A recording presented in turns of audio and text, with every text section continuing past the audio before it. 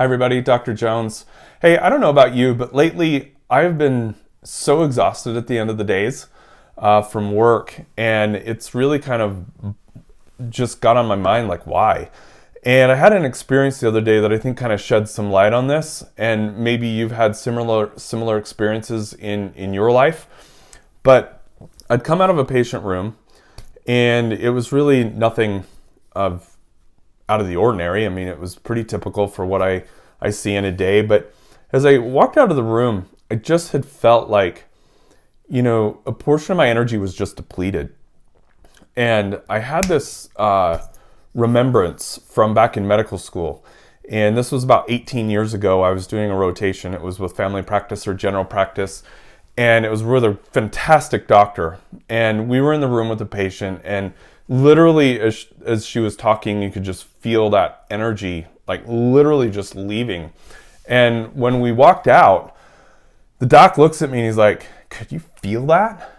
He's like, could you feel that? And I'm like, "Oh yeah, absolutely." You could just feel it. He's like, "You're just like drained, right?" And I said, "Yep." And I don't mean that in any negative way towards the patient at all. It's like they're there, they have an issue, and we're there to help. But like, we're people too, and it's like you just like felt that. And he said, "I'm going to teach you something." He's like, "Pay attention." And I did. I mean, I've remembered this for so long. And he said, "When you feel that, I don't care what they're complaining about." He's like, it could be, urinary tract infection. It could be bowel symptoms. It could be shortness of breath. It could be, tingling in the arm, whatever. He's like, whatever story they're telling you, if you feel that energy just being kind of sucked away, he's like, I want you to think that person is depressed and they are suffering even more. They are suffering from something else besides what they're in there for to even complain about to you. And he's like, perhaps dig a little deeper. Perhaps look and ask and see if there is another way that you can serve that patient. And so I've kept that in mind. And what I'm feeling is even from, I've been doing this a while, and so it's like, what to expect in a typical day. But what I'm finding is more and more and more with so many patients, even on routine things, like I've been feeling this energy, and I think I'm so fatigued because at the end of the day, it's like I'm spent. And so it's kind of taught me a couple of things. One, I think this is the collateral damage of what we've been experiencing for the last 8 months is affecting literally almost everyone, whether you want to admit it or not. I think it's affecting you, whether it's financially, whether it's just missing that key person in your life that you haven't been able to have the contact with that you want, loved ones or social gatherings or whatever the case is. Even just seeing somebody's face, right? So when people come in and we're all masked up, it's really impersonal. And I think it's affecting everyone, whether you even realize it or not. I was kind of thinking about Benadryl, for instance. I published a paper years ago on the negative effects of Benadryl, and that'll be another talk for another day. But Benadryl can actually negatively affect people, and they don't even know it. It's independent of them feeling tired. It's independent of all that. It impairs, and people may not even realize it. I think this is the same, where it's just this, whew. And my thing is, I'm trying to raise awareness to you because you may be in that situation. Now you might be thinking, why is an immunologist talking about all this mental stuff? Because it can play a direct role into your immunity. And so what we're trying to do is hit every single aspect of your life and give you every opportunity to kind of optimize your own immune fitness and keep you as safe as we possibly can, not only from a physical standpoint, but also from a mental, emotional, and spiritual standpoint. And so I like to address some of these issues. And also, it's something that I'm working on. I'm seeking help how can I deal so that, I've got to be able to have my tank full so that I can continue to give. And I've got to be on the top of my game, because how can I treat people if I'm not? And so, I think, okay, because if I'm depleted, I maybe get sick.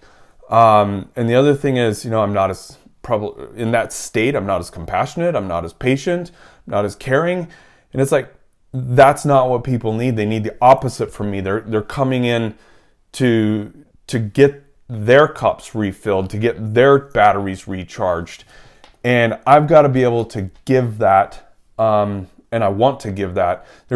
I'm in a course, and the guy talks about, his name is Mahatria. He's fantastic, great teacher. But he coined this phrase called "give to live." And in any kind of relationship, you want to give more than what you receive. And he's like, when you give, you're living and you're helping them live. But then he walks back and he's like, you can't give what you don't have. And a lot of times it's like, I've got to be able to have the energy. I've got to be able to have that within myself to be able to give that to others. But then you walk that back one step further. It's like, well, in order to give and have, you got to do something. And while you're doing it, who are you being? What kind of person am I being as I'm trying to do things to have what I need to give to other people so that they can live and also I can live? And so there's this thing that he points out, and it's this little saying, and I'm going to end with this right now, and it's to be, to do, to have, to give, to live. And this, over the next few days for Thanksgiving, think about a few things like, who do you need to be to do what you need to do to get or to have what you need to have to be able to give to others so that they can live and so that you can also have that more fulfilling life. To be, to do, to have, to give, to live.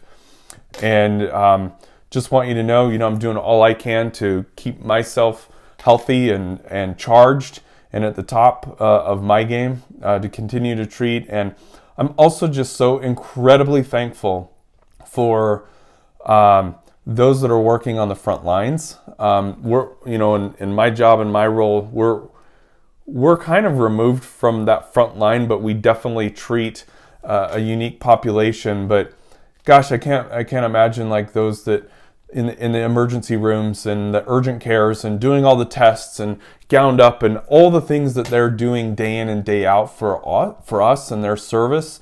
I'm just really thankful for that. And take some time with your family over the next few days.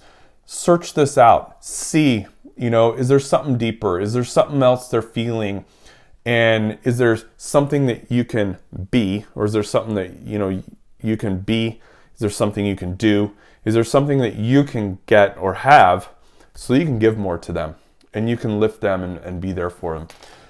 Anyway, I've talked too long, but hope you enjoyed that. Hope it's of value to you, and just want to wish everybody a happy Thanksgiving.